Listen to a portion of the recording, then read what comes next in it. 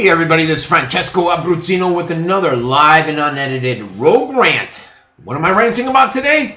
The Federal Reserve. Whoops, I mean the private reserve. Courts have ruled that the Federal Reserve banks are independent, privately owned, and locally controlled corporations. And there's not sufficient federal government control over detailed physical performance and the day-to-day operations of the Federal Reserve Bank for it to be considered a federal agency.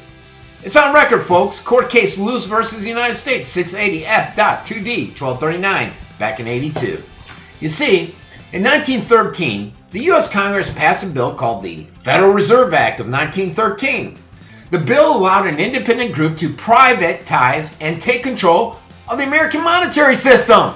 The Federal Reserve Bank is deceptively thought to be a branch of the United States government. They even have their own police force. However, it is not, folks.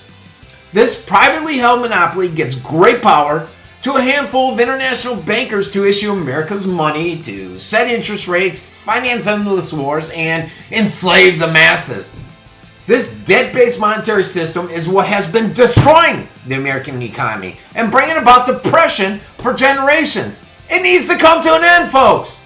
Call Yellen. Tell her stop printing the damn money. Look, the Federal Reserve was chartered by an act of deceit through the act of Congress when they had gone home for the Christmas holiday on December 23rd. The Federal Reserve Act of 13 had passed the House, but was having difficulty getting through the Senate. No recess had been called. Most senators had gone home, yet 3 senators passed the act with a unanimous voice vote. There was no objections. If there had been one person present in the absence of a quorum, the bill would have never been passed. When the Federal Reserve Act was passed, the people of the United States did not perceive that a world banking system was being set up here. A superstate controlled by international bankers and industrialists acting together to enslave the world. Every effort has been made by the Fed to conceal its powers. But the truth is, it has usurped the government, folks. The Federal Reserve mechanics cause ever-increasing and unpayable debt, unemployment, inflation, and high interest rates.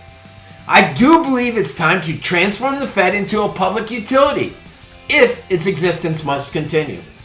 This shift from being the Fed from being a privately owned business to maximizing its owners' profits to a public service would end the national debt, provide full employment, end inflation, and have interest rates as a tool to manage money supply and or pay taxes. Of course, this would require transparency and accountability, unimaginable under today's conditions, folks. The Federal Reserve System causes unpayable debt because private banks and their emitted privately owned Fed create debt for what we use as money. This becomes the mother of all conflicts of interest. Look, the U.S. debt is unpayable under the Federal Reserve System because the U.S. does not have a money supply. It's a debt supply. If we paid the debt, what we use for money would disappear entirely, folks. The Federal Reserve System causes unemployment. To maximize employment isn't the only policy one can imagine to do so for the government to use debt-free created money to be the employer of the last resort for this infrastructure investment. Just think about it, folks. Can you think of any other policy that could maximize employment other than the government employing people for useful work because they just cannot find it in the free market? Debt-free money has no direct costs. And because the infrastructure investment historically contributed more economic output than cost of inputs, we have triple the benefits of full employment, the best infrastructure available, and lower oil prices. Federal Reserve System causes inflation too, folks. Banks expand what we use for money and credit when they make loans. Banks profit from making loans. Increased credit, our debt supply, and our Orwellian opposite of debt-free money supply works to increase inflation. So, in our current Federal Reserve System, the very profit-generating mechanism of the banks is in conflict with the stated goal of the Feds. The Federal Reserve System causes high interest rates. Corporate banks with fiduciary responsibility to maximize their own profits are obviously not the best people to minimize interest costs. Banks maximize their profits by maximizing interest rates. Minimizing interest rates would occur only to a nonprofit rates as a public service. Banks over $100 billion a year. It costs the banks profit over $100 billion a year. It costs an average U.S. family about $1,000 a year, folks. The 1% in government changed the definition of unemployment and inflation to mask their damage. The 1% lied to 99% every time these figures are reported because they do not remind us of the changed definitions.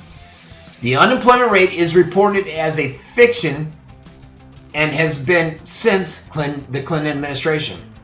The unemployment rate does not include jobless Americans who have been unemployed for more than a year and have given up on finding work, folks. The inflation rate, especially the core inflation, is another fiction. You see, core inflation does not include food and energy, two of America's biggest budget items. The CPI assumes, ever since the Boskin Commission, that if prices of items go up, consumers substitute cheaper items. This is certainly the case, but this way of measuring inflation means that CPI is no longer comparable to past years because the baskets of goods in the index is variable. Think about it. And why do you have to hear this from a guy going off on a rogue rant rather than the government, corporate media, or your economics journals? Look, the U.S. politicians and their economic policy act like pimps who supply taxpayer services as enslaved prostitutes to corporate customers who lost for taxpayers' money. Corporate media has been suspect since 1917 when the House of Reps found evidence that J.P. Morgan purchased the editorial board of the leading 25 publications.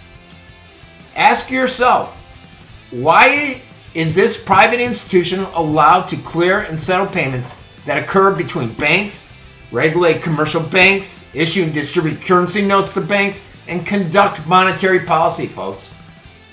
When a freer banking system is combined with a sound monetary standard, the kinds of booms and busts that are caused by the Fed's arbitrary swings in monetary policy will be reduced dramatically.